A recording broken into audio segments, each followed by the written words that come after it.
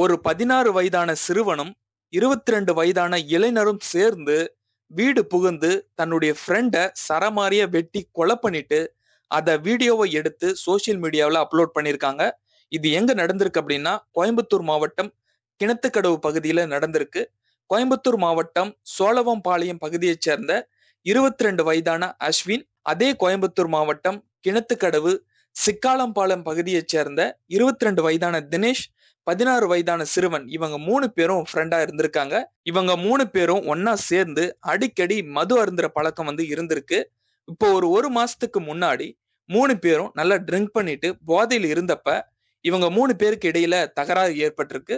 அந்த சண்டையில இறந்து போன அஸ்வின் தினேஷையும் அந்த 16 வயது சிறுவனையும் பார்த்து கடுமையா எச்சரித்ததா சொல்லப்படுது.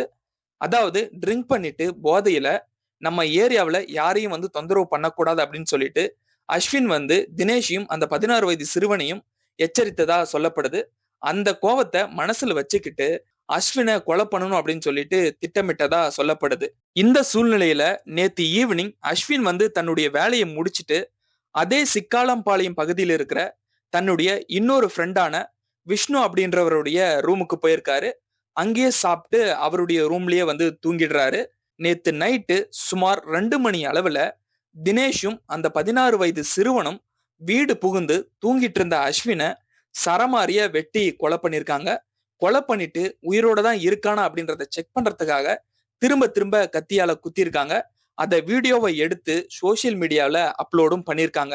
அந்த வீடியோ வைரல் ஆனதும் கிணத்துக்கடவு போலீசார் சம்பவ இடத்துக்கு உடனடியா இறந்து போன அஸ்வினுடைய உடம்ப பிரேத பரிசோதனைக்காக மருத்துவமனைக்கு அனுப்பி வச்சிருக்காங்க.